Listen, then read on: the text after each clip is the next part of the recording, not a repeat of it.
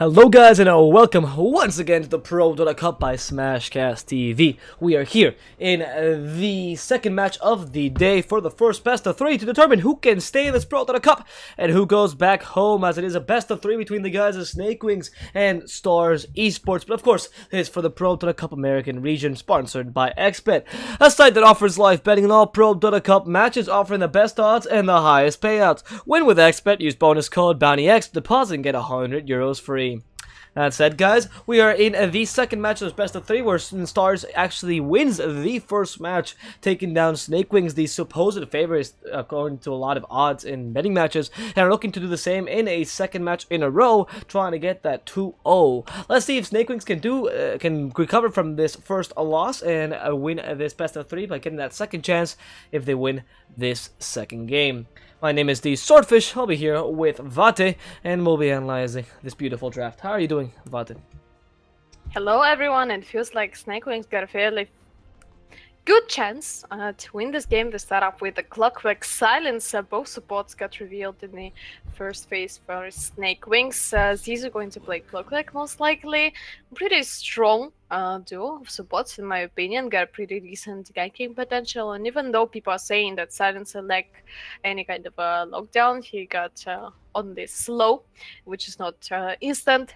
Sadly, with the battery assault and cogs from side of a Clockwork Silencer can deal a considerable amount of damage, even the AoE not that much of course, but the solo target damage is quite high from his side, plus he benefits quite a lot from any kind of rotation and kills and snowballs.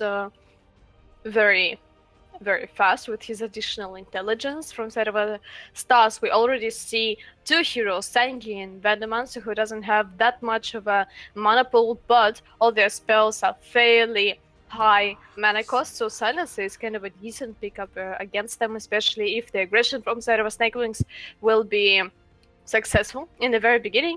And here comes the Earthshaker in the offlane position for Dire, and the offlaner for Stars will be Doxia. Question is, will we see Sanki starting out with the Doxia on the top lane?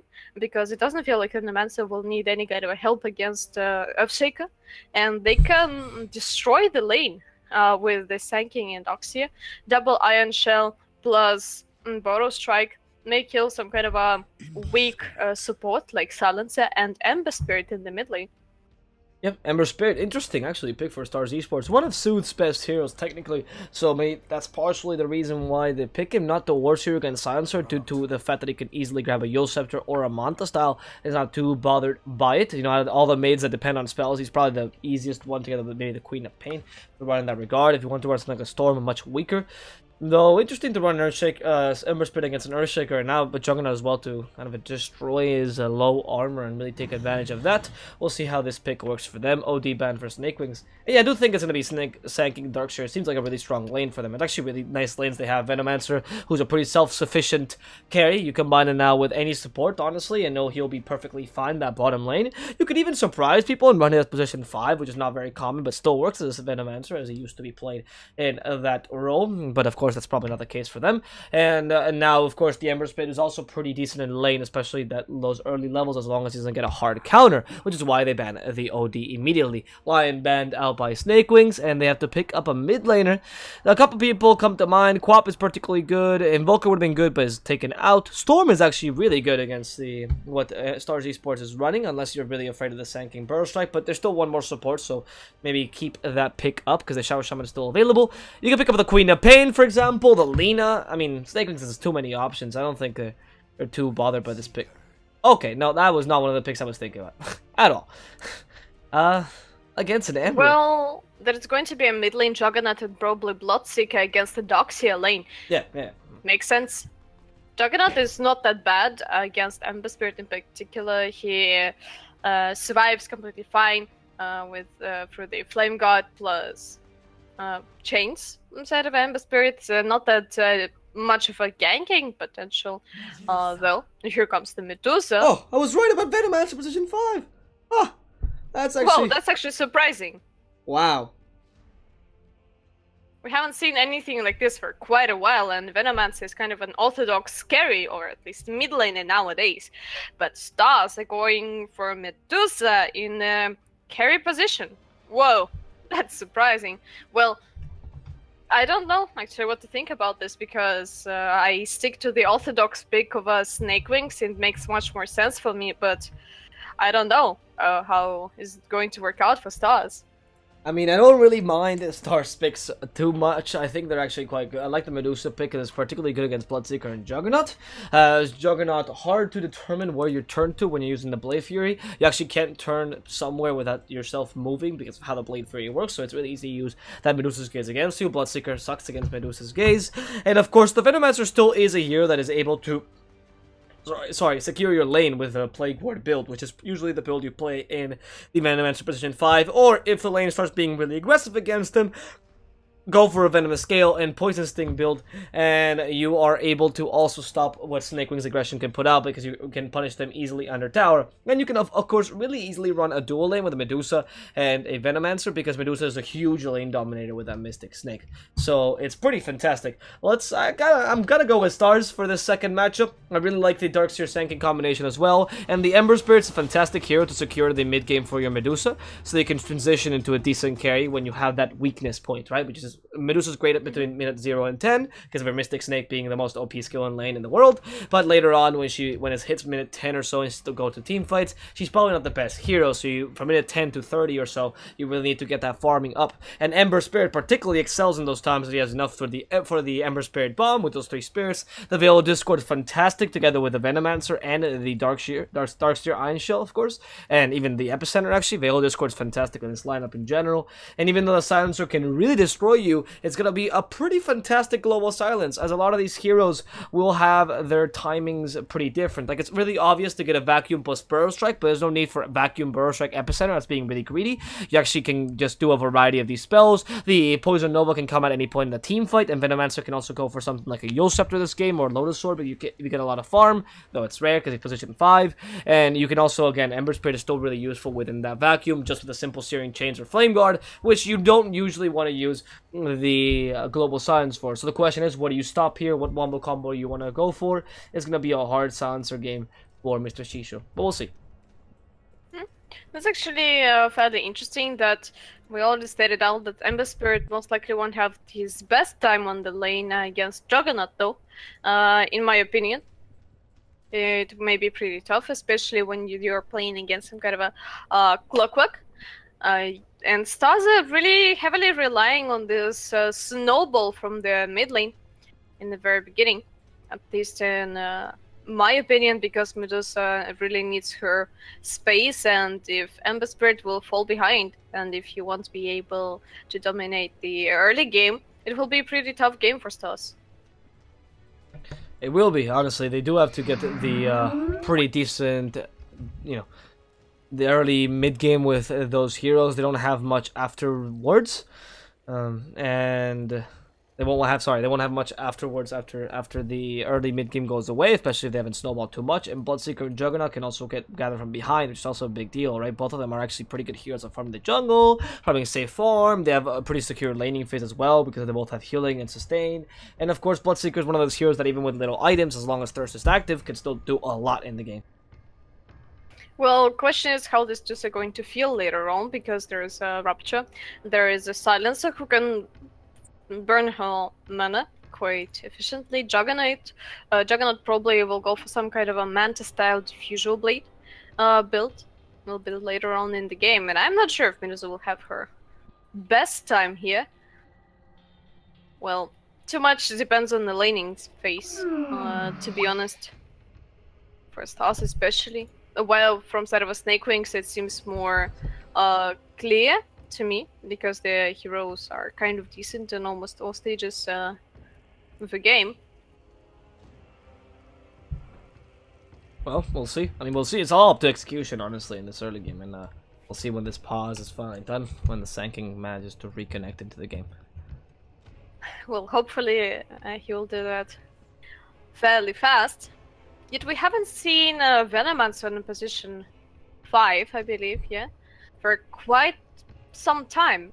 Question is why Stars decided to go position 5 Venomancer, and what's the what happened in the meta and all these kind of things that from a humble support Venomancer transferred in a fairly popular carry position.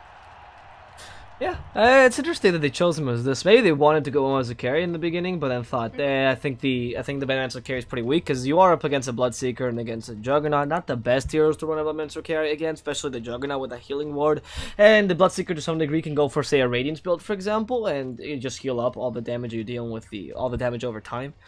So it can't, it's not the best. Also, Venomous Scale being a slow, it's quite nice, but when 1 second. As I am the admin, I'll come in a second. Just feel free to continue analyzing this Venomancer support. Well, thanks for the permission. It's some kind of a thing that casters are magical people, and we're capable of everything. We can do adminning and casting and analyzing and everything in the same time. Probably even some people are drinking tea. What's interesting from side of Venomancer position 5, I'm not sure if it's that strong because Venomancer was scaling quite well with his levels, yeah, and he was reaching his full potential later on. Even though it is quite decent, gets quite decent farming potential with Plague Wards, he can be kind of a decent later on. But we will see how it will work out in the RMK of this map. I guess they will keep the same picks. Of course they'll keep the same picks. Come on. Come on. What do you think we're running here? This is a safe operation. It's an AP match. You know, it's not all of a sudden we're going to see techies. I swear to God, if one of them picks the wrong pick, I'm going to ban this team from ProDota Cup. That's the degree. Anyway, please, I don't know, give me more analysis on the teams because I don't really want to pause just yet. But at the same time, I do need to set up everything up. Sure.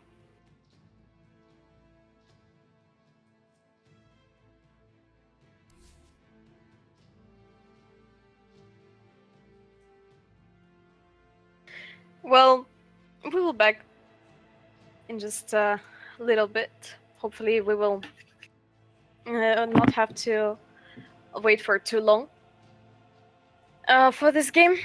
And teams will be fast. Question is, we'll be able to get a stand-ins as soon as possible because sometimes it takes a bit of time, and question is if they have everyone prepared.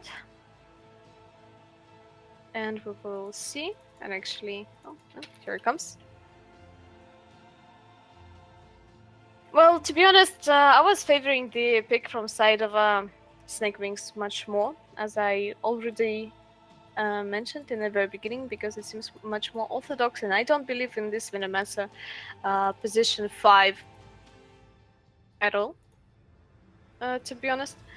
It seems fairly weak for me, because every single hero got a reason why it is not played on some particular role anymore, due to the certain nerfs or buffs.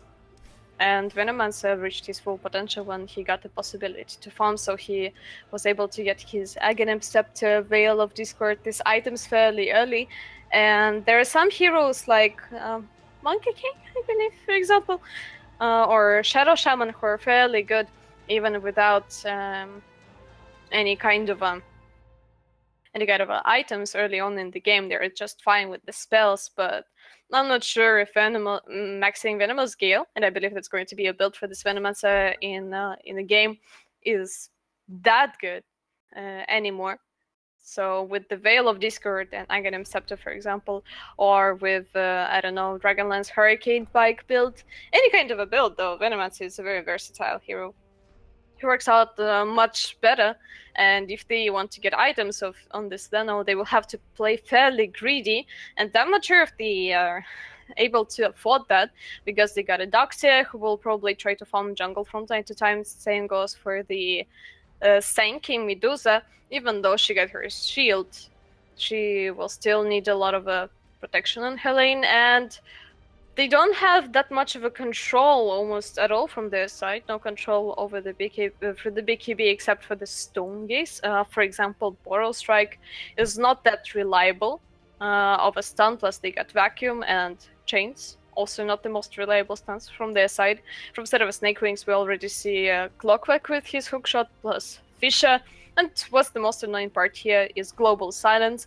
And Venomance, especially as a position 5, he's one of the super squishy heroes without any kind of items, and once Global Silence is being pressed, it feels like he will simply die in a crossfire in the middle of a fight without any possibility to use any of his spells, and without his spells he's completely useless. And here comes the smoke from side of Stars immediately.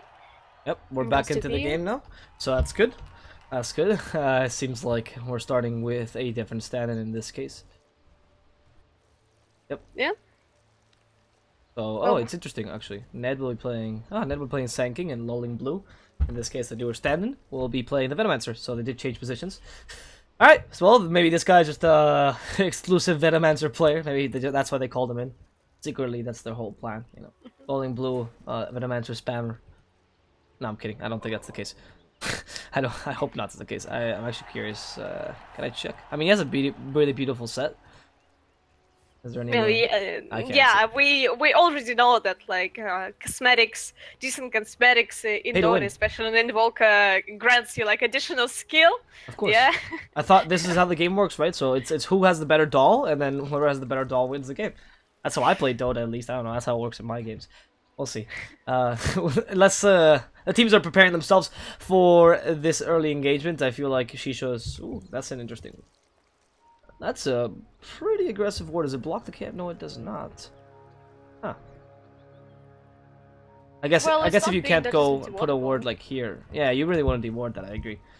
Like usually the ward you like to put there's a really good warding spot over here to block the camp, but it's very easy to deward over there. And there's also, obviously, this is the traditional spot, or here. Here is particularly fantastic to get control over the rune. But again, those wards are much more common, and of course, also you have to go further in, so it's also easy to see. Yeah, and other casual sentry wards are not detecting this one in particular. And here comes Ned on the mid lane. And he will have to deal with the Juggernaut. Here comes the Border Strike, and question is who is stronger in the very beginning. And there was a curious snipe by Clockwork. Now lanes are even more tough for Stars. Who is stronger in your opinion? Ember Spirit plus Sanking in the very beginning of the game, or Juggernaut plus Silencer? I think it goes Juggernaut Silencer. Juggernaut is great in the lane, honestly. You mentioned it early, but he's really good against Ember Spirit in general because of his low armor, even with the poor man. I mean, you're forcing him to a poor man's shield, which is not ideal. Juggernaut also goes for poor man's shield, but he gets 4 armor as opposed to a traditional 2. The Blade Fury can easily take out that Flame Guard, and even though Sanking as well is also pretty weak at ganking the mid lane, where Silencer is a bit stronger. But now it's a 1v1. I still give it to Juggernaut as long as if it's an even matchup in terms of skill, then it's Juggernaut. But if Suits gets an advantage, and I don't really know. He still has Searing Chains. Oh, this is going to be punishable. Oh, Searing Chains, where they are. There it is. 49 should have known this, but of course Suits tricked him over there, and they get the first blood, and also that kill down bottom. Perfect initiation for the guys at Stars. Well, Ember Spirit is forced to run all the way back to the base, while Juggernaut will most likely catch up. A bit in terms of farm, he's getting a free pack of creeps. And Soap's actually got his bottle, got also a TP ready, so now lane must be much easier for him to deal with Juggernaut. Yet on the bottom lane, Earthshaker is not that scary against Medusa, and well, mostly I will say that Medusa is able to deal with Earthshaker solo, and that's what I was talking about. Venomancer got all the time in the world to form some kind of a stacks or pool like he's doing now. Yet what's interesting, he's keeping Plague Ward, so he still goes for some kind of an outzoning build with the Venomous Gale and Poison Sting, even though they could have played some kind of a greedy build with Plague Wards and Venomancer and leave Medusa alone on the lane and try to get some kind of items in the jungle as Venom. They're still going for some kind of a decent laning build. Will there be any kind of a initiation on Jonathan. Yet that's another problem about Bidosa. She doesn't really care about whom is she laning, I guess, but also get a kill with Bidosa on your lane is fairly hard, especially when you don't have any kind of a reliable stun from your side. Meanwhile, on the top lane, well, Yavs, in they go. They have the Arcane Curse onto him. Surge available, but that Surge will increase the Arcane Curse damage. And even though the Magic Stick is there, they see him perfectly with the Thirst. That Assault already activated. Yavs, how are you going to outrun this? Probably not gonna. Trying with that Magic Stick going around the tree. That's not... You don't juke around a tree when there's a Battery Assault up. It just hits you anyway. Alright, well, that was a good try by Yavs, but will lose his life in the top lane anyway. However, that's expected. The Darkseid's going to have a tough lane anyway. And we are seeing a complete domination by Soothe in this middle lane. However, 49 trying to punish him. Here's the help of the Silencer as well. They might find Soothe. They cancel his bottle at the very least. But he's going to be okay overall. I believe the Juggernaut had some kind of an advantage in the very beginning of the game. He was dominating his lane with the help of Silencer, but now when he gave away the kill for Soos and 1 level advantage, now it's not that fun anymore. But what's fairly interesting that even though Soos got a kill on Juggernaut, he's not that far ahead in terms of levels at least. Yet net worth is 400 gold difference, which is considerably a lot in the 4-minute in. I mean, you're right, it's not too much difference, even though I was a first blood going entirely onto Suits, but he is taking more dominion of the lane, and you can notice this as well in the fact that he only has, 4 last, but is forcing the Juggernaut out of the lane, and he has a level difference, even without the denies, which does benefit him quite a lot. You're also getting the lane pushed constantly with Flame Guard, and even though they go onto him, I don't know if that's enough damage. Yep, that's going to be Yavs getting a kill up top, with the Silencer rotating in the mid lane and doing absolutely nothing, while Ned is now being chased by ZXYZ. Won't find him with a Battery Assault in time, so he will just survive. Yeah, and Snakewingz is easily outrunning Clockwork. He finished his Tranquil Boots, he will regen up a bit, also got a Clarity on him. And it feels like rotations, even though they should favor Snakewingz, it feels like things are going much better for Stars, even though they lost their career in the very beginning, and that wasn't the sweetest lane for Zeus. Meanwhile, here comes the contest. It feels like Clock actually chose the wrong path, it feels like. Perfect. Will they keep on chasing him? Yeah, they have a burst strike. They're going to stun him out. Yavs with a double Iron Shell is possible. I mean, 1 more second and they got it. No costing finality though on Ned, but Ned is going to follow him through. ZXYC shouldn't be able to outrun this. He's trying to juke around the trees. Surge stops him, and ZXYC will cogs. Good cogs for Ned, bad cogs for Yavs, as the Iron Shell ends up finishing him off. And that's why the double Iron Shell is so powerful. You just can't outrun 2 of these guys, especially with the double damage of the Iron Shell level 2. It's already quite a lot. That's 100 damage a second. Meanwhile, on the mid lane, both heroes are already level 6, and question is who is favoring, getting more advantage of this level 6, Ember Spirit or Juggernaut? Because it feels like, for me, it feels like Juggernaut got more chances to kill Ember one-on-one. Well, there's the Searing Chains. You saw the Wasted Blade Fury, but of course the Burrow Strike is only level 2, so it's not that great of a range. Yeah, I would actually give it to the Fire Emblems. There's 3 Fire Emblems available. There's Omni Slash as well, but there's the Fire Emblem Bomb with the Burst Strike, of course. Who's able to survive the Searing Chains as well? And again, 2 more seconds to that Blade Fury. Can they stop it? The regen rune gets used, and they sneak him in the cogs, but he survives with the last Fire Emblem, and Ned will go down soon. However, planning for the worst and will survive this engagement. I mean, yes, he does. He keeps on chasing. Never mind, there was a Bloodseeker coming in. There was, of course, the Rupture. And with that, even though Suits will be able to get back into the lane with that Remnant, he did lose his life. Oh, wow. -2. Amazing turn from side of Snakewingz, I must admit. Plus a very lucky regen rune for the Juggernaut. And that's, yeah. Here it comes. I said that it feels like Juggernaut will benefit from getting his level 6 1-1 initiation on the mid lane much more than Ember Spirit. Yet here comes the Burrow Strike, and they will keep on annoying poor Juggernaut in the mid lane. Yet there is a healing ward and both shrines. Well, no, only top shrine is available. Yet look at Jonathan. He's almost level 6 then. I can't believe you just did that. That was pretty impressive. Anyway, 49 chases after him, another Blade Fury, Searing Chains available, and this time he won't have the tower, knowing what happened the first time he did that. Smart, learning from your mistakes, but of course, Ned himself is also aiming for a kill on the bottom lane with Windlace. He's incredibly fast, and this little Sanking looking for a kill onto Jonathan with a Burst Strike plus Venomous Gale should be possible. Jonathan staying really close to the tower. They did not see this rotation. it just smells the danger as it doesn't see the Sanking in the map. For now, the aggression is going on in both top lane and bottom lane, but Yavs is a bit cockier about this. Iron Shell available. There's the battery assault that catches him. Last word, but a second after the surge comes out, so he should be able to survive this. But in the bottom lane, Jonathan is now in trouble as well. Both offlaners, it seems like it's the bad day for them, but Jonathan's gonna be stunned for far too long. Venomous Gale will hit him. The Medusa wants to kill him. Echo Slum committed. They want to kill the Venomancer at the very least, and Ned is stuck there because he put the Plague Ward, so they wouldn't be able to run away. They also want to go on to Lolling Blue now, and Venomancer will lose his life. Pushing me away has to just TP himself. Well, that's 2 dead for 1, even if it's an offlaner for 2 supports, ends up being beneficial to Snakewingz.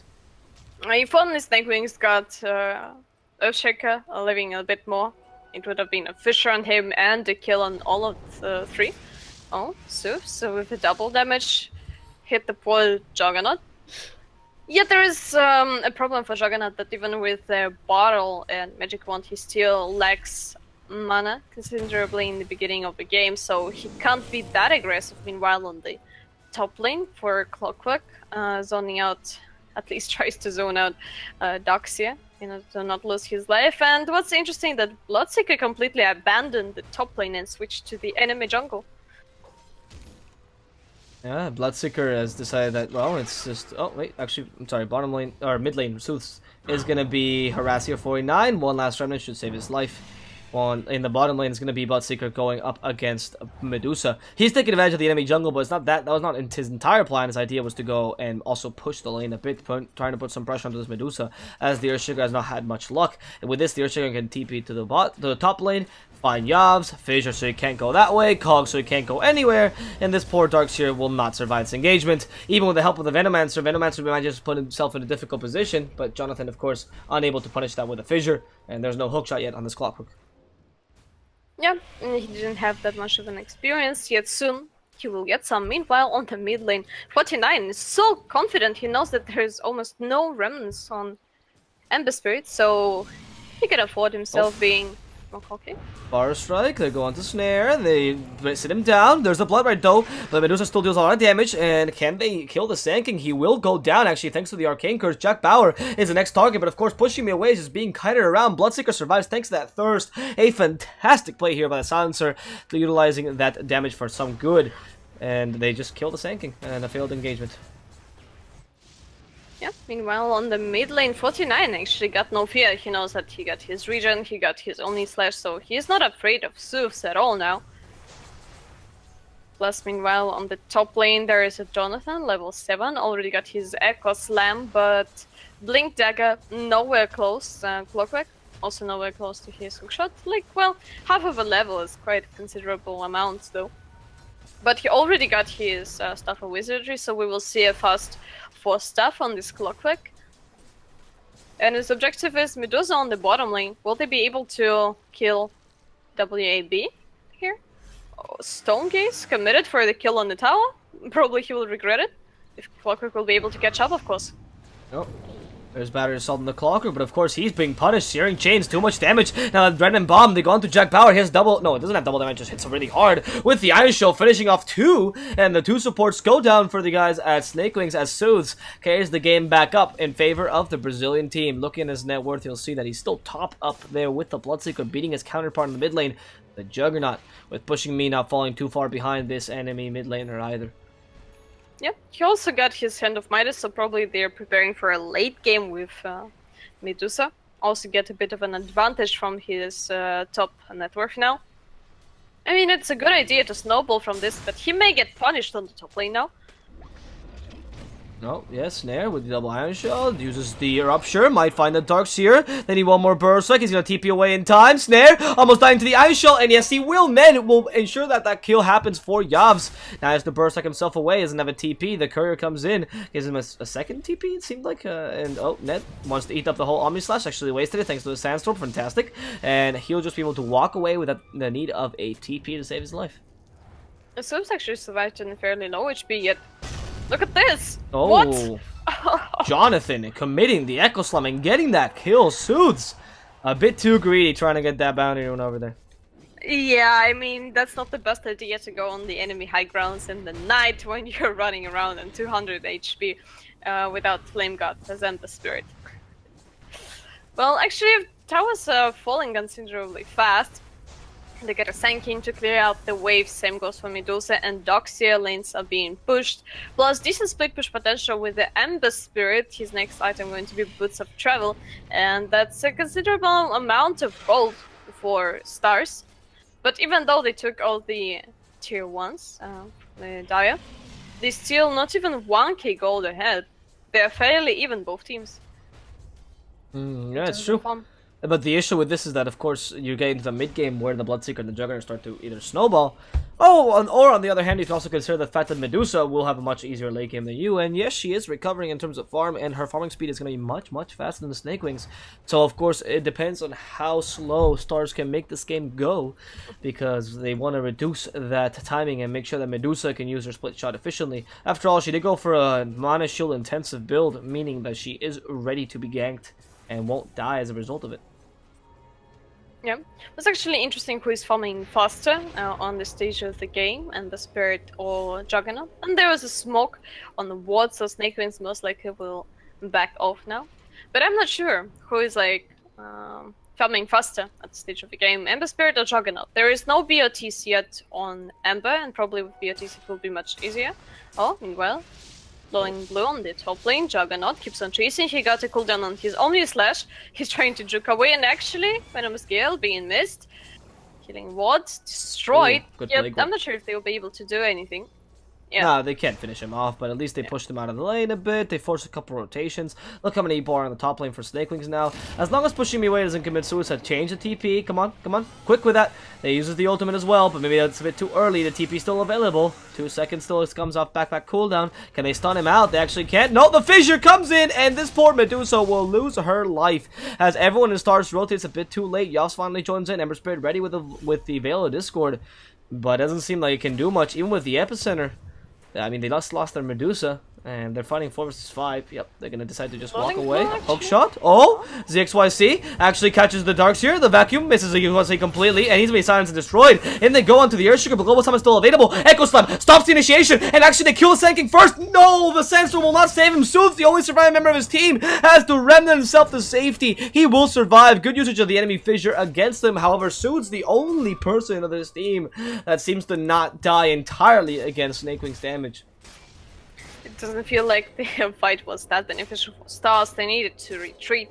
Glowing Blue was fairly low on the HP, plus they get an advantage from instead of a Snakewingz. It's their part of the map, plus they get Flare to scout out things, plus Hookshot to catch up in long distances. And maybe it's time for Stars to group up. Actually, they got an Ember Spirit who almost finished his BOTs, go S4, try to kill someone like Snare. Question is, will he die here? Comes to silence on 2, tipping out. He knows that there's nothing. Nope, there's vacuum.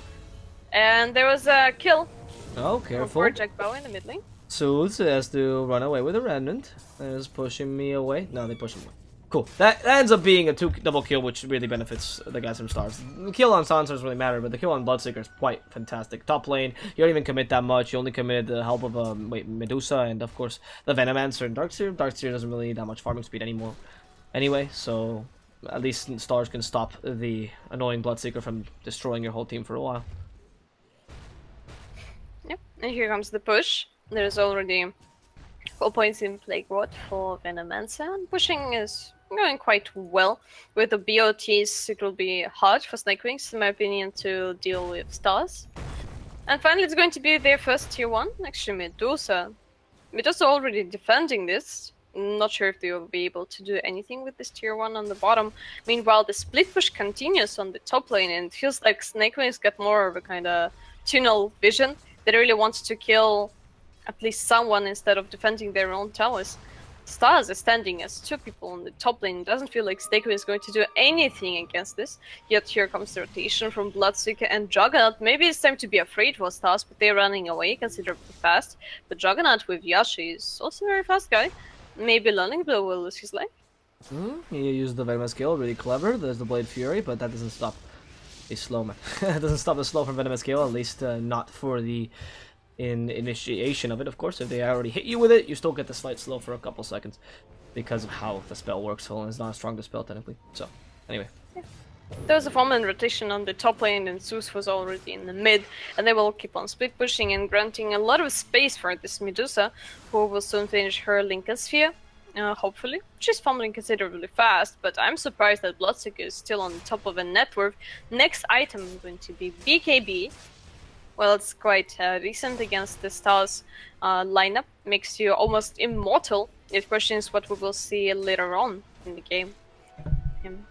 Well, of course, that BKB early on is because you know you have to win now. When the Medusa starts getting her damage, it's going to be a lot of physical damage, but you won't be able to really stop that. She herself was going for a very late game oriented build with first item, that Lincoln Sphere. A bit of stats, not bad for Edmon region and of course HP region, which is not bad for the Medusa in general. But of course, you're looking for that stopping of the Rupture, which is so important. And to some degree, stopping the first level of Omni Slash. Now, bottom lane, they still attack. Omni Slash has been wasted completely. They have Zeus going out to Snare, wants to kill him. There's a Remnant. Zeus really fast to the haste room, but of course the Rupture really annoying him. He gets the kill, but Zeus will have to sacrifice his life here with one last crit finishing him off. Now the Medusa fighting against a Clockwork alone. Breaks the cogs, but can't actually get away from this. The Batter's so annoying. And with the fissure, they should stop him, but Jonathan can't get the right fissure away. They just need to body block him somehow. Great fissure, stopping him from running away, pushing me away. Has the magic stick and still get a bit of healing up, but won't use it just yet. Just acknowledging her own death as Ned can't really help her out, but will sacrifice his life instead. And Ned, he still has the burst strike onto 2, could try to turn this around, but the in comes the silence, also the stuns, and Ned can't even get the burst strike in time to save himself from the attack from Snakewingz. Well, 12 additional intelligence on silencing now. Doxia remains on the top lane. He comes out jungle because he knows that everyone from Zerva Snakewingz already on the bottom lane, and there were already 2 deaths of Medusa in this game. Probably that's not the thing he really wants to happen at all. You want to secure constant Medusa farm as much as you can, but it doesn't feel like Stars are doing that well, even though they're trading sometimes. Ember Spirit also died already 3 times in the game, and even though they are taking towers and pressuring lanes quite fine, it feels like Snakewingz are doing much better. At some point of the time they got some kind of a 2-3 K gold advantage. Yeah, I mean, it's only 1k for now. Some of the net worth is very divided for them, as you indicate, though. 49 will be TPing in time. Oof, even gets those last hits as it goes away. What a skill player. Anyway, the guys from Snakewingz are only winning by 1k, but the net worth division is much better in their benefit, of course. Especially when a Bloodseeker and a Juggernaut in your team, they don't require that many core items. Well, Juggernaut's quite expensive core, but the Bloodseeker should be perfectly fine.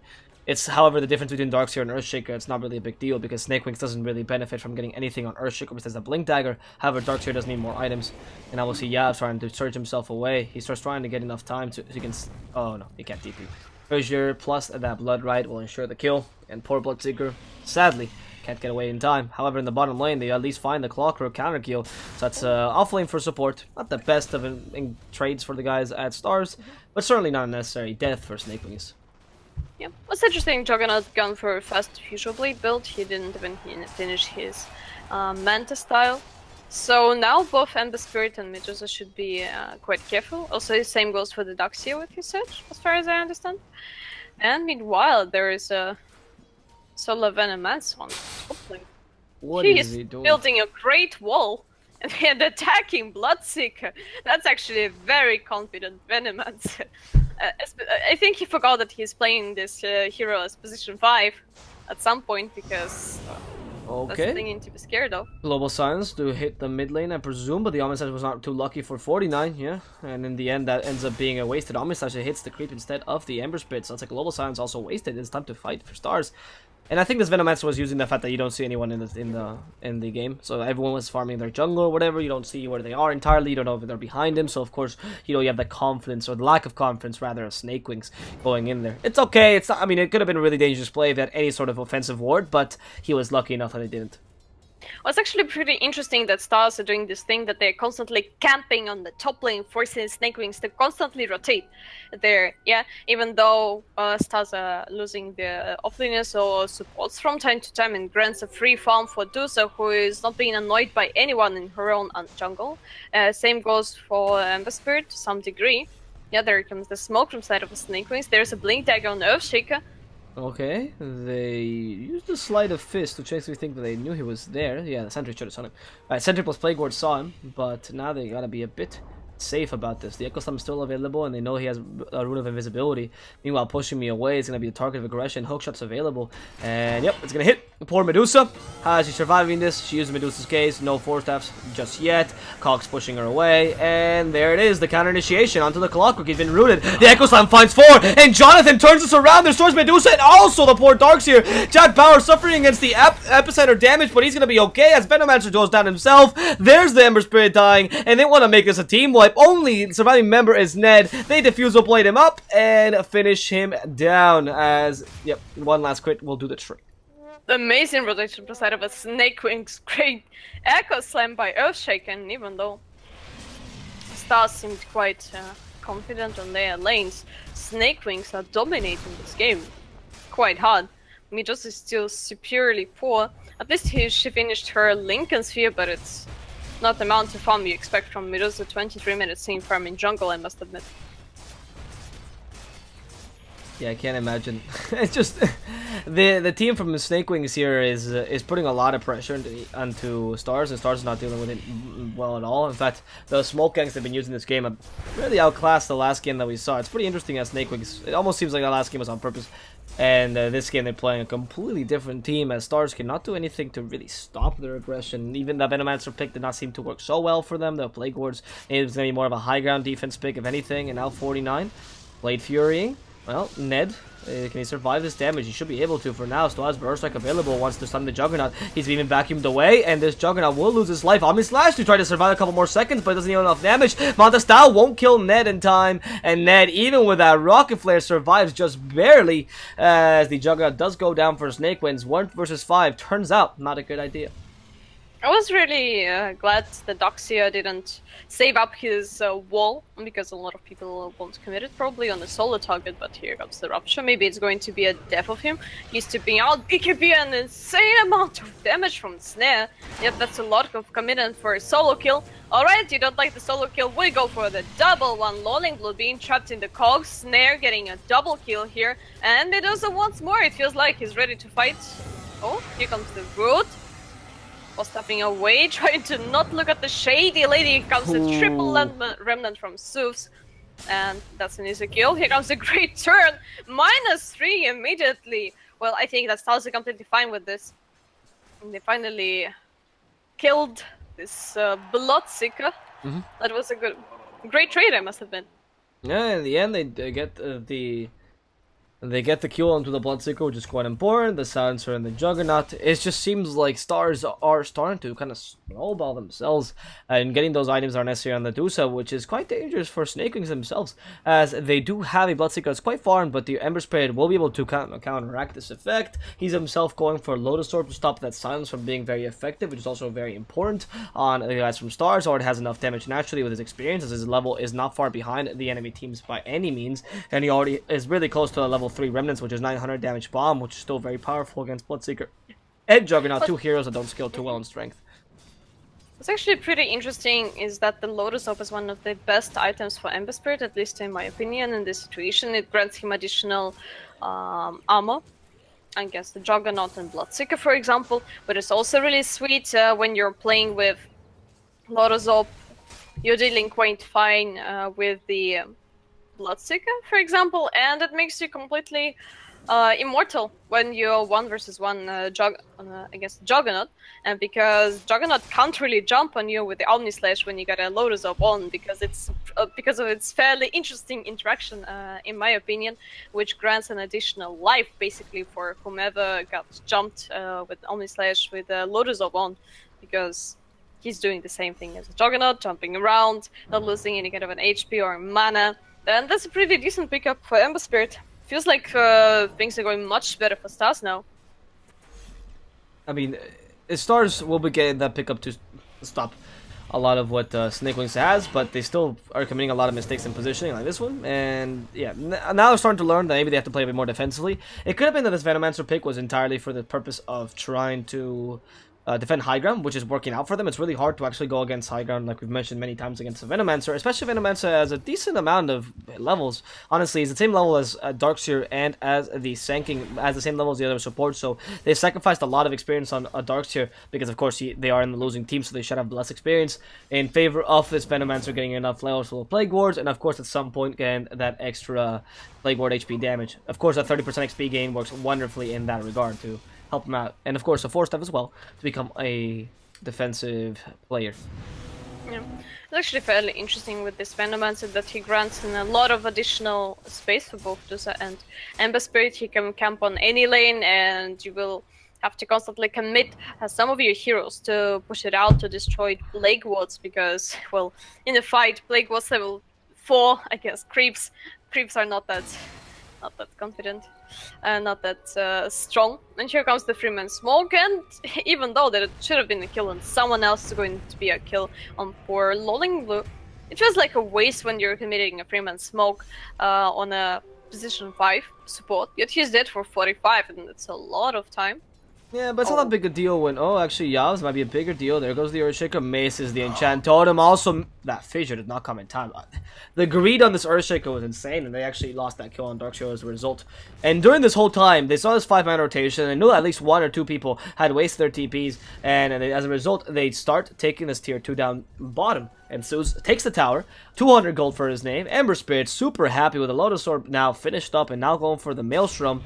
And if this is worth a Roshan at the very least, Snakewingz could benefit from this. Let's see if this happens. Roshan about to go down. There's available Discord. Ember already trying to, can't really steal it with that Searing Chains. In comes the Burst Strike, but no, Snare already took the Aegis of the Immortal, so they can't continue fighting this too much. In fact, Ned might have just committed suicide. There's the Vacuum Global Silence, but already the Medusa ultimate has been activated. Ned is already dead as the Global Silence revealed him. He's stunned though. That Juggernaut could die. The Bloodseeker as well lost the Aegis. They go on to Shisho. Shisho has no spells to stop this poor Zeus now, and they want to finish him off. Just enough damage. Hookshot to stop the Medusa. They even silence her away, and this Medusa will be stuck in the cogs, but it's okay because the Clockwork is rooted down to the floor, and they can finish him off with the physical damage. Now finally Poison Nova comes out. Snare with the Rupture hits Medusa, but she's so tanky, just fights her on, even tanks the whole Omni Slash, finally losing her life, and Zeus from behind taking the second kill now into the Bloodseeker. They force the buyback in this Juggernaut and want to make it a dieback. There's the Remnant, 49, use the healing ward, but they're gonna destroy this kitty. In fact, they just force it away. They forced him, and 49 will lose his life a second time this engagement.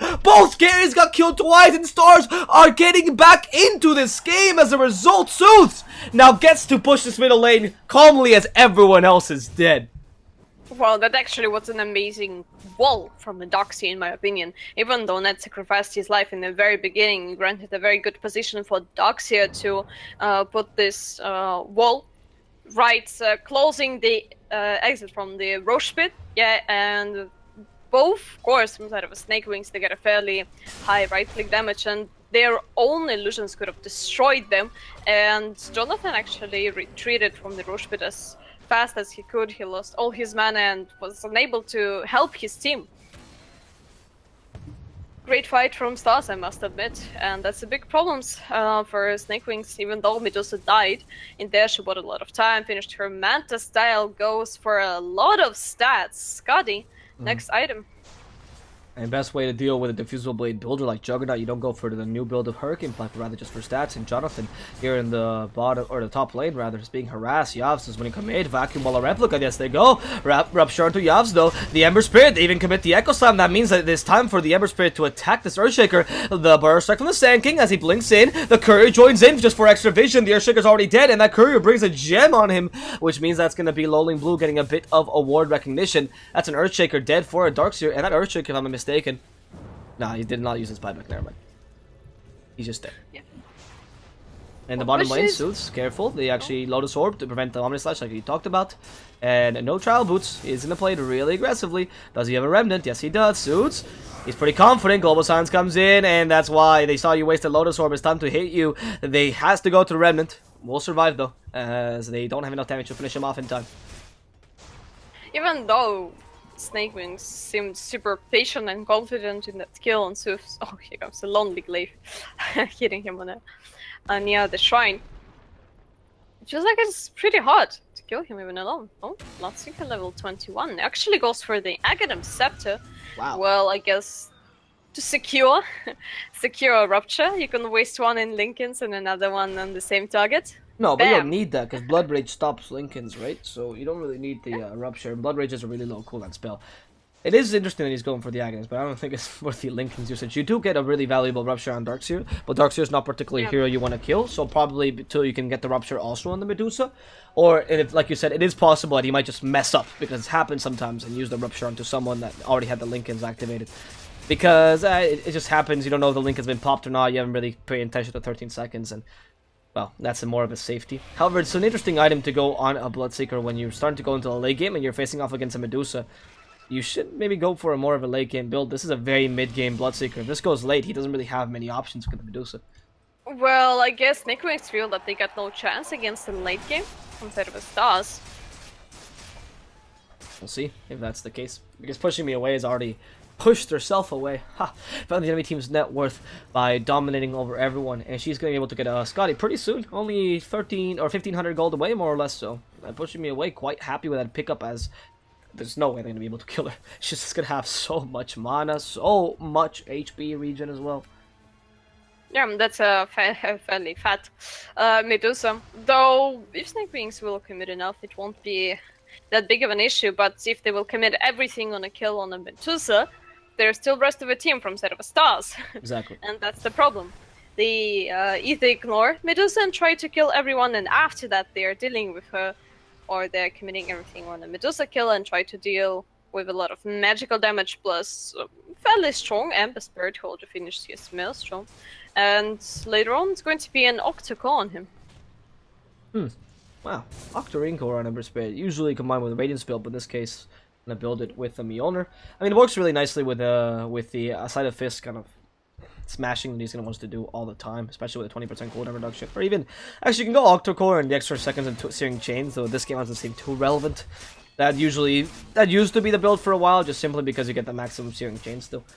But regardless, this game with Stars, the whole point, like you were mentioning, is the Ember Spirit's actually not that easy to kill anymore because of a Lotus Orb and Veil of Discord both giving him armor. That Octo-Core gives him a lot of HP regen himself, and the Dusa is going to be the main target of aggression anyway because she deals way too much damage. You have to deal with her, especially when she gets all those stat items. It's impossible to murder her, and she's even going for a Butterfly for the extra damage itself. That means that if you don't kill the Medusa first, you have to go for the Emperor, but he's going to be way too hard to kill himself with the Octo-Core and the Sleight of Fist in general, constantly harassing the enemy team. So you have a very difficult team fight to fight if you're Snakewingz with that organized team fight, as the only thing that really can help you will be the Global Silence, and hasn't proven to be too great just yet. And actually I'm thinking about this, if it's worth it to pick up Radiance and Ember Spirit later on. The mischance. Because he's playing against both Juggernaut and Bloodseeker, and they're pretty heavily relying on right click. Potentially they won't build any kind of a MKB unless they will see a Butterfly later on. That is coming out of the Medusa though, probably. Yeah, so it's a little bit too late. But it could have been decent, especially to annoy for Earthshaker and his positioning. It was interesting, he got for the Pipe of Insight. So he's fairly tanky. Here comes the Fuchsia and Medusa, and that actually literally tickled him. Oh, Clockwork for stuffing away. It's going to be completely fine. He also got his hookshot and Glim Escape. A lot of 4-steps from set of a Snakewingz. And Butterfly up on Juggernaut. He actually wanted to build a Scotty, but instead he gone for a Fly. That's an interesting decision. Would you prefer Fly or Scotty in this situation? In this case, Butterfly seems a wiser option. If you go Scotty, it's a very expensive item and it's nice, but you don't deal as much damage as the Butterfly in general. You really need to deal with the Dusa in terms of damage. There's no way you're going to be able to out-tank her, and getting more tankiness against these heroes doesn't seem like the right choice, or the right way to go. Especially because Scotty gives you a lot of stats, and that's not particularly good against Wall Replicant. Okay, that vacuum was weird. They changed that. Darkseer, you can't do that anymore. You thought you were clever there, but you couldn't. 49, meanwhile, still by the Venomous Scale, and while it's also happening in the mid lane, they're pushing down this tower. Rupture actually finds Ember Spirit. random himself away, and of course he can use the Lotus Orb on himself to prevent any further initiation. A snare, slow down, rooted as well, and with a burst like, oh, that's gonna miss him. Echo Summon to 4, but doesn't deal enough damage. Hookshot, now the Global Silence, they want to commit to this, and they actually kill Senkin really early. Omnislash onto 4, and that Omnislash destroys the Venomancer, but with a root actually saving him in time. There's still the Venomous KO and the Poison Nova. They surge him up, so he doesn't die to the damage from the Diffusal Blade, and now 49 being slowed by the Scotty. Here is the second Silence. The Blood Right, so much damage, and the Silence Medusa still hitting up. Urshik has been rooted, and they want to finish him off. Jonathan with the Glimmer Cape. They're not going to kill him in time. There's Zeus, walks in, wants to kill the Silencer, but won't find him. There's the Searing Chains. Now finally Poison Nova finds Snare at the very least, and the Ember Spirit's been stunned out for too long. Zeus lost all his mana. He can't go to a Remnant. What is he supposed to do anymore? He's trying to reach as much as he can, but oh, that poor Ember Spirit will lose his life, and the only surviving member, the Medusa, has to TP back home. A chaotic team fight with great initiation, amazing Echo Slam, and a great Global Silence puts back Snakewingz in the game. It feels like Medusa is not that big of a threat now, and probably she wants to pick up some kind of a damage item, probably like an MKB, because even though he was like, as I told before, Snakewingz completely ignored this Medusa. They didn't commit everything and killed every single other hero from side of Stars one by one. I guess also the amazing Echo Slam from Jonathan in the very beginning of the fight secured a lot of things. There is a butterfly on Juggernaut. He is fairly mobile, I must admit, and it's pretty sweet to get a flutter from a butterfly when you want to catch up to someone who is quite fast. Someone like Senki on Doxia, for example. Oh, here comes the stun on Zizu. Oh, he's running away. Here comes the TP. Oh, Vacuum. Well.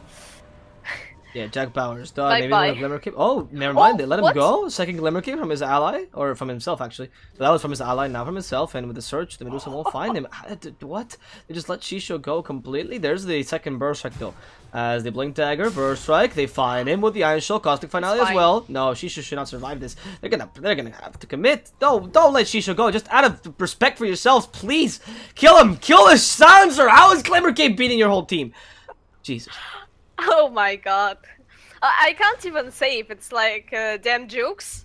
No, really. Silencer, or like Stars really not committing for the kill.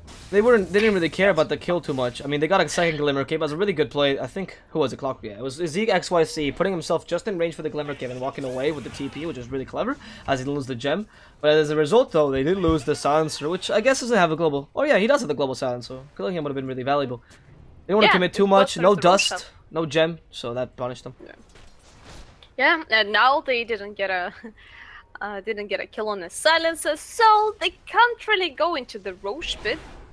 Yeah, both teams actually should be quite scared of going Roche pit, because from one side there is an Echo Slam plus the Blood Right and Global Silence. From another side there is an Epicenter, Poison Nova, and Doxia. Pretty strong Roche pit fights from both sides.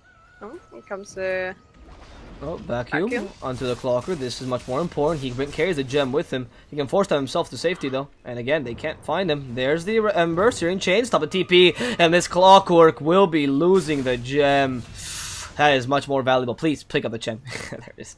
And that's going to be the gem that was originally lulling Blues, now taken by the Darkseer, meaning they have that map advantage again. They go to the bottom lane snare, going for the Dagon. Dagon? Yeah. Yep, Dagon. Well. Okay. Well, that works out. Actually, that's not a bad build. We'll talk about it in a second, as Suits seems to be playing a bit suicidally. There's everyone else. They go, Suits. Good job. Don't let him stun you or Global Silence come at you and everything. Well, Bloodseeker with a Dagon is a considerably fun hero, I must admit, especially when you're playing against the Venomancer, who is fairly low on the HP, and you're just getting rid of him immediately. Boom! Headshot with the Dagon 5 and the Blood Rage. Yet, even though they managed to zone out Zeus from the bottom lane and keep on pressuring in tier 2 on the bottom, they are losing a Cheese and Aegis. In the same time, there's considerable amount of advantage for Stars. Actually, Medusa goes for the Cheese. I guess she's taking the Cheese. No, it's going to be Aegis. That's interesting. Yeah, don't give anything to the Ember seems to be the idea, or maybe they give him the Cheese later on, but they wouldn't believe in him. Well, I think the Cheese and Aegis both should go to the Medusa. She's the easiest target to kill, technically, Even though she's really tanky, she just doesn't have an escape mechanism. And getting 2 lives is great, right? So. Well, I guess with the Aegis you got a possibility to simply stand somewhere near the high ground and keep on pressuring the tower, which is considerably low now, 140 HP left on it. Couple of hits, well, and after that they can finish off shrines, plus there is a double damage, which will get revealed by Zeus. Oh, sweet, sweet double damage. Okay. So let's see, pushing me away, starts pushing this tower. Wow, that was quite quick. Cheese is dropped by Ned, because I think the idea is to get on the Ember. Yep, Suits is ready. Take it. And with that, that means that he's probably going to be waiting for that Lincolns to really attack hard. I mean, you can use the Aegis, but there's no need to rush it right now. Whereas you can keep on doing the split pushing, or you keep your remnants up, put a lot of pressure into this mid lane, take shrines, which is very important, especially this shrine. And this shrine down bottom is okay because you take the secret shot, but this shrine here takes control of Roshan in the safe lane, so that's ideal for pushing away to take. Yeah, here comes the rotation from set of Snakewingz. Nah, goes in. Will he be able to find it? Oh, no! That would have been enough. Blocked. Yeah, I mean, I don't know if he would have hookshot it in time because that stun only happens once you hit him. Yeah. So maybe he would have TP'd. But regardless, sorry, that was an unfortunate hookshot by the Clockwork. Let's see if they can find someone else. This 4-man rotation is not working out too well for them. They want to keep that team fight going because, of course, they do have the beneficial team fight with the Global Silence and Echo Slam. But they're unable to find it as Stars is playing quite cleverly, also pushing out all the lanes together with the Ember. Now pushing me away, also gets the MKB, confident that he can use it without the need of a buyback. That's going to be against a Juggernaut's Butterfly. And no more tankiness for this Juggernaut. Going to be a Glass Cannon purely against the Dusa, especially if he gets Stole-Gazed. Yeah, no. No farming creeps for you, Medusa. Outzoning Fisher by Jonathan. Well, now there is only one way, I must say, for Stars, and it is like a way to the high ground. But I guess, as you mentioned earlier, they want to complete Lincoln Sphere on Ember Spirit. The question is, instead of what this Lincoln Sphere is going to be, instead of cheese, I guess. What, the Lincoln Sphere? Yeah, It seems like you just replace for cheese and use cheese whenever you need it, right? Because you can always swap cheese for something like, I don't know, Veil of Discord. You use Veil of Discord to stop cheese in the middle of the team fight. The extra armor Veil of Discord is okay, but at this point in the game, you don't really care about it as much as you would care about the extra region. But same as he's doing with Bottle. It's just constantly swapping, using your backpack intelligently. Because the Lincolns will be really useful against the Rupture anyway, so you're fine. Yeah, but now they picked up a double damage on Medusa. Probably could have waited a bit before, but oh god. Okay, in they go. He's been stunned now, but pushing me away. Seems confident. Wants to go into these towers. Anyway, double damage deals a lot of damage to these structures. They even take away the silence of the Arcane Curse onto him. Thanks to a Lotus Orb. It's really hard to initiate upon him. There is the hookshot. Finds him. Stunned out. With the double damage still available, though, and still has an Aegis. He goes in. They forced out offensively. This silencer. Oh, no, that wasn't him. Who forced him? Was it the Air Shaker? Yep. Still takes the racks, pushing me away. Actually forced a Rupture onto the poor Bloodseeker. That was a really good timing for the Lotus Orb. I don't know if they knew that, but that was fantastic by the guys, the Stars. Stop the Bloodseeker initiation. There's the Vacuum Ball Replica Sandstrike as well. Global Silence stops the initiation for the Sand King, but it's okay because Snare is still losing his life here. The BKB won't do much, and Medusa's coming into this kill. Glimmer King might be saving him. Where's the Ember coming in from behind and finishing him off? The Echo Slam finds a couple, but neither the Medusa nor the Ember. They already killed the Silencer, and pushing me away keeps on fighting here as the Poison Nova comes in and hits everyone. Lolling Blue now stuck in the cogs. Doesn't really care. He's been silenced up, but now pushing me away. Still with the Aegis onto him, wants to lose his first life as he can continue fighting with a second. Aegis is gonna come back in a couple seconds, and now the Ember lost the Rupture onto him. There's the Dusa, gets hit by everything. It's been stunned, but the Force Staff save her life. Now pushing me away with the Lotus Orb, and they keep pushing her towards the Savior point, which is next to her team, as Snare uses the Rupture again on himself. They forced a couple buybacks, took the racks, and all without losing anyone in Star's lineup. What an initiation. What a great use of the Rupture. Pretty sweet, actually, interaction of Lincoln Sphere and Lotus Orb. Medusa managed to run away. Sorry, I should have mentioned that. They lost Sanking. I misspoke. Yep. Yeah, they lost Sanking and forced the buyback, but yeah, anyway. There were actually 5 buybacks. 1 from side of the Stars and 4, I guess. 3 from Snakewingz. The 2 supports and, of course, that Bloodseeker. But Bloodseeker buyback is the most important one there. I mean, forcing that buyback is great. It was really unfortunate for Snakewingz that they committed the whole Omni Slash for the Sand King kill. There was no lucky jumps for the Juggernaut, and now without the buyback, and I'm not sure if they will be able to defend high ground. They got no global. Well, only for 30 more. I'm not sure if Stars will actually wait for the next item, or they will keep on pressuring high ground, because, well, they got Medusa and they are really benefiting from going further into the late game. She will be 6 slotted, exchange her Aquila for Butterfly, and she will be almost completely immortal. It will also grant some time for Ember Spirit to complete his Lincoln Sphere. Actually, Lincoln Sphere is done. There may be great Maelstrom into Mjolnir and get something instead of a Veil of Discord. Plenty of opportunities for Stars to get even more strong, even stronger. Yet for Snakewingz, their fate is not that great, sadly. They committed with a Butterfly there for pushing me away. That's interesting. Going full damage and not even thinking about his buyback. Okay, he's pretty confident, but only Juggernaut also doesn't have buyback. Oh, sorry, Juggernaut's the only one with buyback, I meant to say. And well, just one attack already just decimated this poor Juggernaut. A couple of those, and Medusa finds him and kills him. So it's not easy for Snakewingz to really fight. Bloodseeker doesn't have buyback right now. Ember Spirit also himself bought the Lincoln before again getting that buyback. So they're probably waiting for the next Roshan to really commit to this. And of course they know that the enemy team can't really fight against them. And with that Darkseer so close to this ward, but the gem doesn't quite see it. That's yeah, there it is. They should see the ward. Come on. Please for God's sake, take that ward down. You should have seen it. It's impossible you didn't. That plague ward was there. You had vision of it. Just bring it. There it is. Thank you, Jens. Thank you. I was getting anxious about that. Giving full vision and information to Snakewingz. That was terrible. Well, now they're probably waiting to finish Mjolnir in Ember Spirit and go on a high ground. They keep on pressuring lanes though, and Medusa deals a lot of damage to Snare. Oh my god. That's a siege tower. With a pretty decent cannon, I must admit.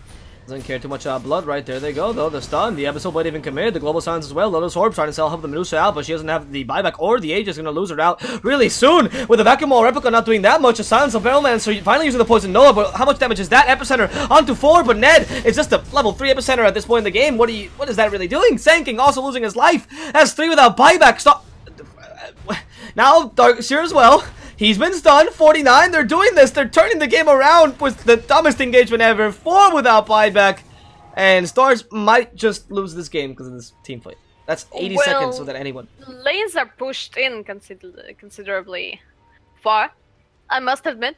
So maybe it's not that bad for Stars, and Snakewingz are like, let's be honest, they're not pushing that fast as you probably wanted. I mean, it's not a Terrorblade in the end with a Shadow Demon. Yeah, it's not that kind of a disaster. But at least they're losing their melee Rexes, it feels like. I'm not sure if Snakewingz will commit for Throne because they don't have enough time to finish it off. And there is still Sufs, who will do his maximum to cut the creep waves as he's already doing. And pretty interesting, the amount of damage which Bloodseeker dealt with his Ethereal Blade and Dagon is pretty insane. Yeah, I mean, well, this hurts a lot now, taking out the range racks. Not only the damage that he dealt, it's just Medusa being in a terrible position without any Aegis or buyback. That choice for him, and with the Juggernaut being able to really push down towers. I mean, Ember is supposed to really defend this, but of course, against the Juggernaut, really hard to do so as he hits really hard. That extra attacks from the agility, and of course, from the reduced BAT he has, means that it's really easy for him to push towers down. That's 2 lanes of racks done. Now, at least he's been disarmed. Can they stop that TP? No, they cannot. So 49 will just TP away safely. This is what we're talking about. I mean, they may not lost the game entirely from this engagement, but definitely not a beneficial engagement whatsoever. Now they have to fight against 2 lanes of super creeps for absolutely no reason, because they could have just waited for the next Roshan.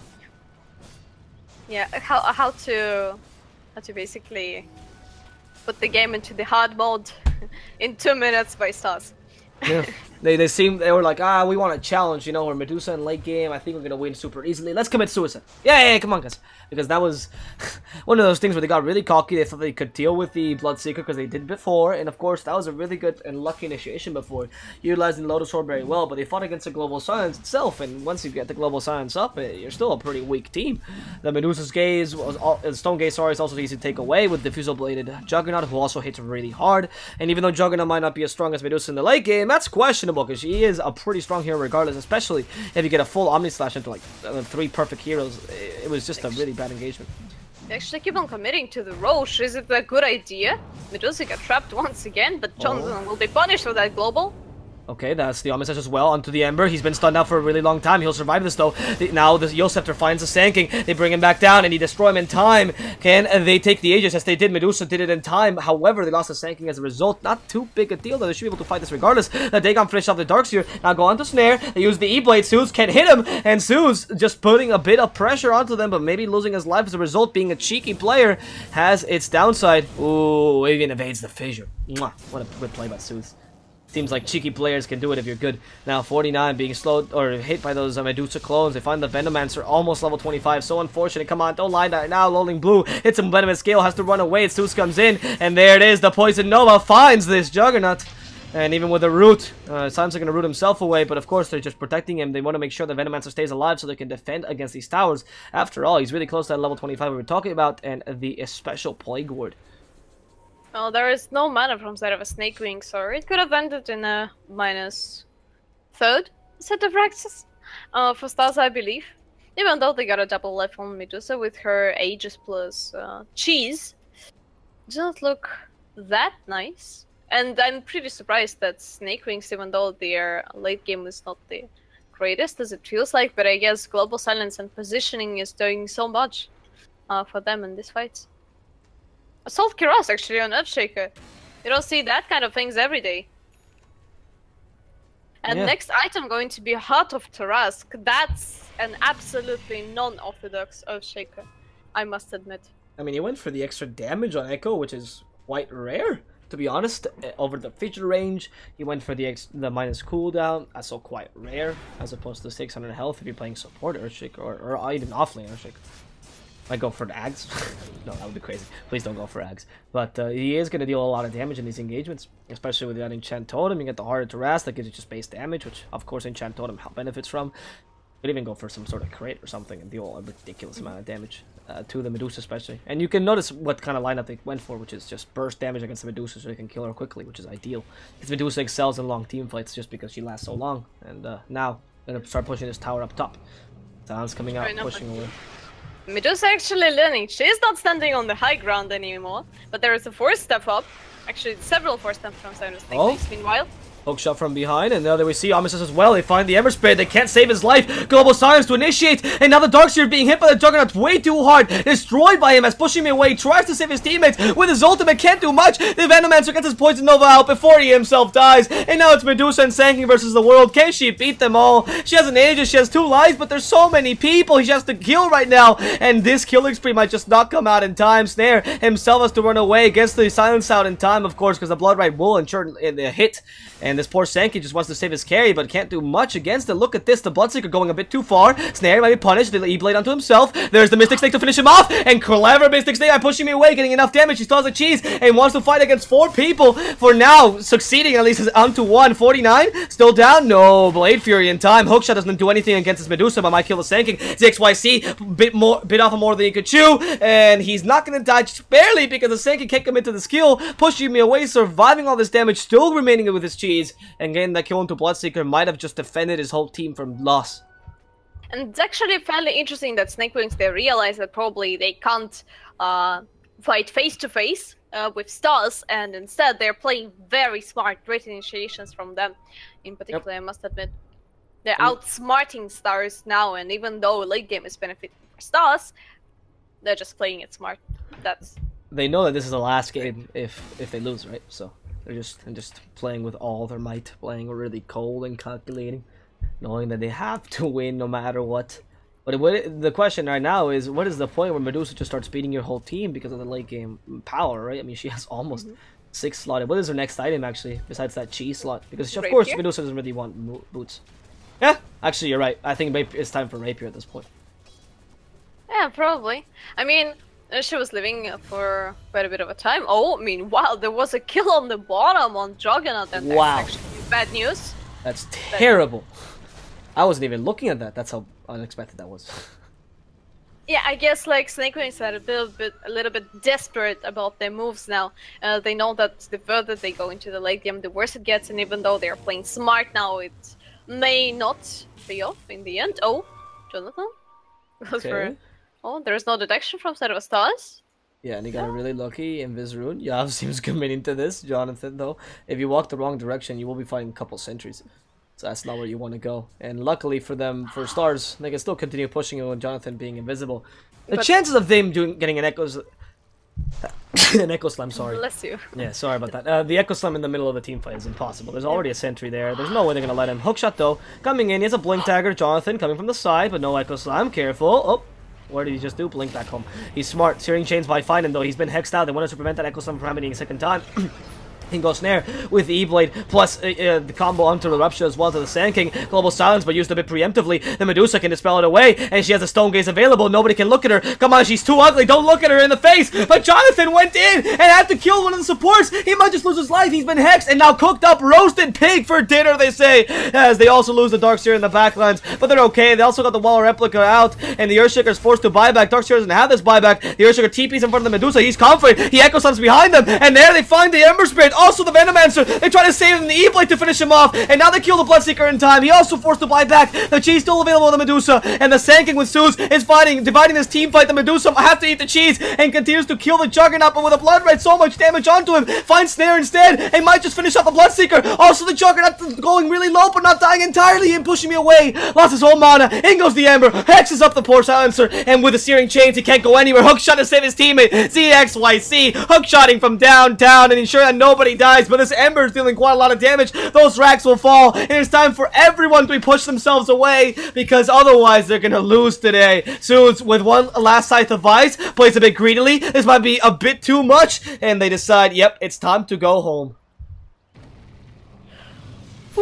Now, here comes the Rupture. Did he evade that? Did he evade that with the Remnant? I don't think he can do that. I heard the sound. Yeah, I actually heard the sound too. Question is, what? I mean, yeah, it's. I think so, because it's 40 seconds. It says 28 seconds. So I think he used the second charge. That is amazing, though. That was. I don't think you can do that, but if he did that, kudos. That is fantastic. Well, and here comes the second Mjolnir for Ember Spirit. That's an interesting decision. At least you got it in the quick buy. Yeah, what do you mean second? Only first Mjolnir. Oh yeah, I'm sorry. I thought that would have been a lot of fun on the Ember Spirit. Yet, well, no buybacks from side of Snakewingz. At least no buybacks on course, and only the last set of Rex is still standing. Medusa got her boots of travel instead of getting a base boots. 3.5k gold now, and the Moon Shard on her.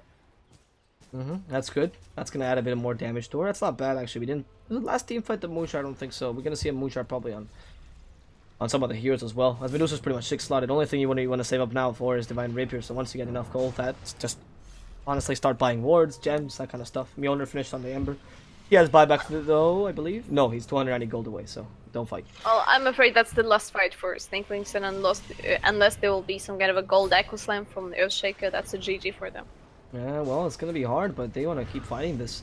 Here's a Silencer. Arcane Curse does absolutely nothing. But hey, it's all about believing. In they go. Abyssal Blade finds the Medusa. Global Silence! And this is not the best. Oh, Echo Slam! It might have not been golden, but it was pretty good. Medusa now destroys the Rage Rax. She keeps on fighting. She's been E-bladed up. She's gonna lose her life here, too. The damage to the Bloodseeker. Here's the Ember. They couldn't take the last set of racks, so they don't get Mega Creeps. And they still have buyback, though. However, the Ember has to run himself away with this Ember Spirit's charges. Or the Fire Nine charges, sorry.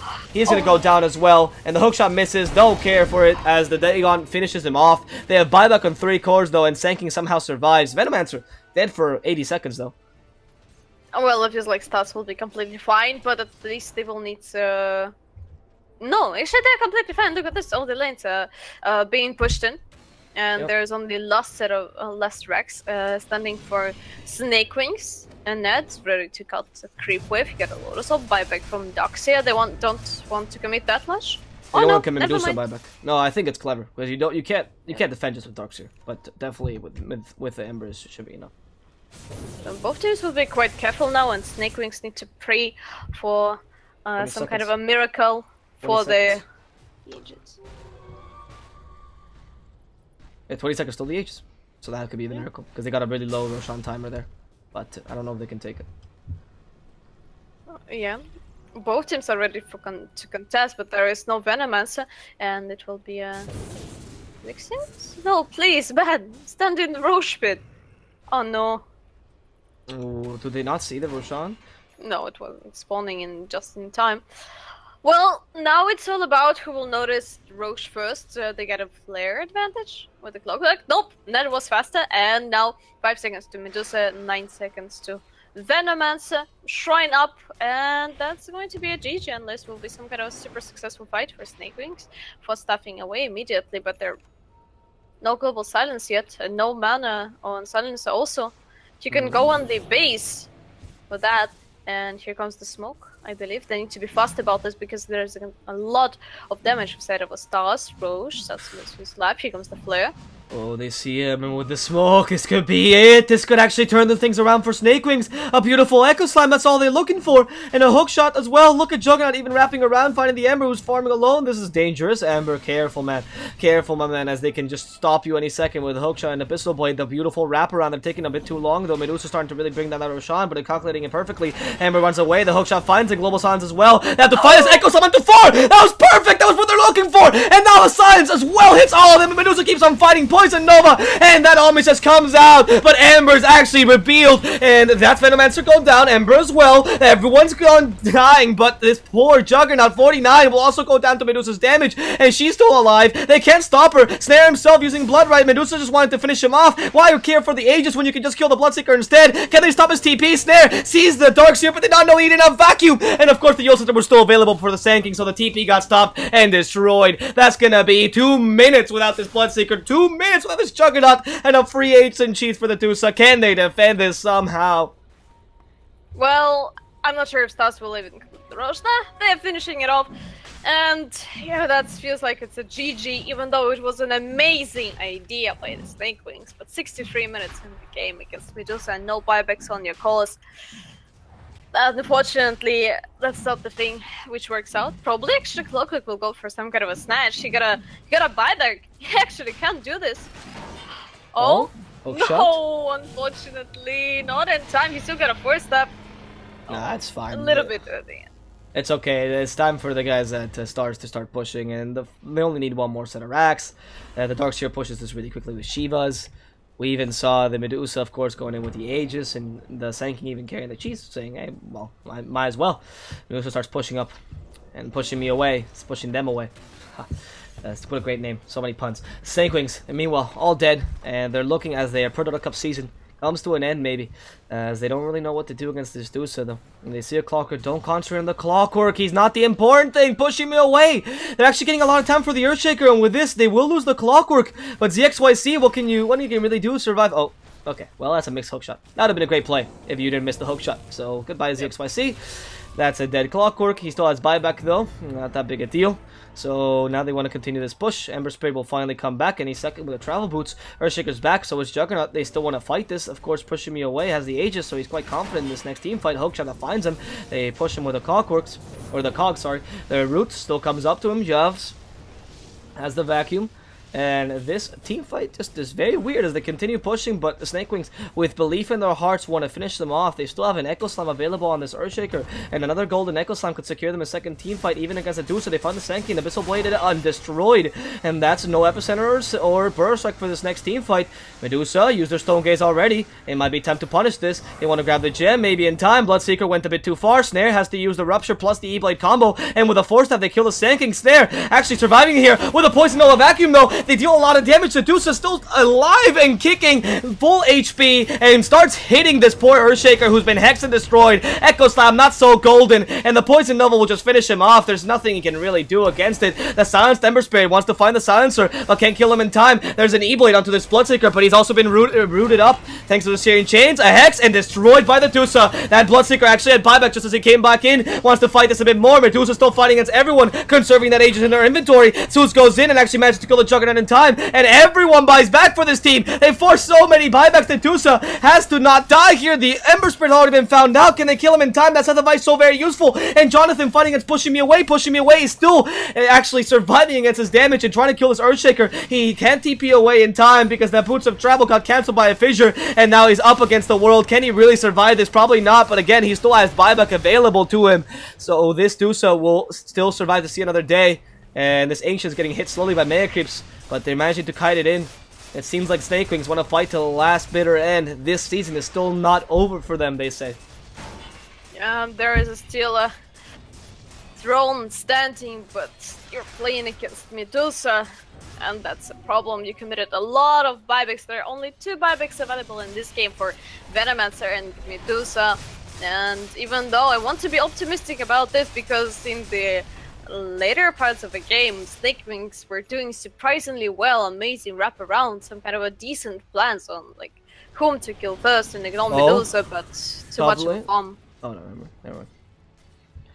Yeah, it's really hard to fight against Medusa at this point in the game, and I mean, with the Medicubes as well pushing up, it's really hard to defend against those as well. The Echo Slims now have to be committed more as a stun, because you just need to kill this Medusa, and even the top lane, this Ember, is starting to deal a lot of damage. Look at this poor Bloodseeker. He's having a really tough time fighting against Ember right now, especially with that Scythe of Vice working so well with a minus 20% cooldown reduction. Yeah, that's pretty fairly annoying, I must admit, and Ethereal Blade is not saving you that much as a Bloodseeker anymore, yet Clockwork actually scouts out, goes for a kill probably. Would have been really sweet if they would have managed to kill Suvs here. Well, MVT trying to take some shrines, trying to get that gold whenever they can. However, the Earthshaker does not know there's an Ember behind. There goes the Ember. And Sleight of Fist doesn't find him in time. That's good. Oh, the Clockwork comes in onto the Sand King. That's the objective. Ned, he can still Burrow Strike, and he eats the cheese. Will survive this. Global Silence already wasted. 49 will be able to TP in time. I don't think so. There's the vacuum. Stops the TP. 49 has no buyback and will lose his life a second time. And this poor man, this Juggernaut, the carry for the enemy team, is gone. It's time for Stars to put all the pressure they can and murder everything in their path. The Ember Spirit might just find the Clockwork. He hookshots himself and actually stuns him along the way. Ember Spirit, surprise hookshot. But in the bottom lane, we see Ned actually going out to Jonathan, just trying to make this Earthshaker take a longer getting home, and the Clockwork will be able to TP back in time. Now Sand King, the target of aggression, they want to kill him off before a Force Staff saves him from the Blood Right. Now the Burrow Strike to save him as well. Dagon, a lot of damage, lower storm onto himself. Echo Slam committed just into a Sand King, and they push him away. They can't Force Staff themselves in time. The shield also comes in. The Bomb of the Spirits. Jonathan is dealt a lot of damage, but the Art of Athos will stop him entirely. The Medusa has to come in with the silence. Can he go in on to the Dire Ancient? I mean, that's all they really need to take at this point. The Medicubes don't really matter, and the stack starts by pushing me away. They didn't manage to kill the Earthshaker, but they are sorting out the enemy team. Yav's coming in, has not War Replica anymore, but still has the vacuum. The Medusa can tank a lot of damage, and they go. Zeus doesn't want to get silenced just yet. Snare, I'll destroy the Darkseer completely, but this Ancient will fall, and so will Snakewingz in this season. Stars prevail, Brazilians go on to the next round, and this best of 3 will be a 2-0 favoring this team as they kick out Snakewingz from the ProDota Cup tournament, American version. Of course, sponsored by X-Men. Yep, even though Snakewingz managed to do an amazing moves in the late game, it's still a late game. You're playing against Ember Spirit plus Medusa, and they're too strong, unfortunately. In the end, it seemed like Medusa was able to handle the whole enemy team alone, and when you got no Braxes, no main carry, no Glyph, and your throne is already falling. It's no hopes, but at least it's quite admirable that Snakewingz didn't try the GG till the very end. Well, Snakewingz tried till the very end, but couldn't do it against Stars. And in the end, we're gonna see them fall in this tournament. Unfortunately, we can't watch any more matches by them, but Stars will continue, and will continue to bedazzle us, where their Medusa plays and Bloodseeker and amazing Suits. I mean, Suits was really the MVP this match. That said, guys, we will be coming back in just what, like 3 hours? 4 hours, actually.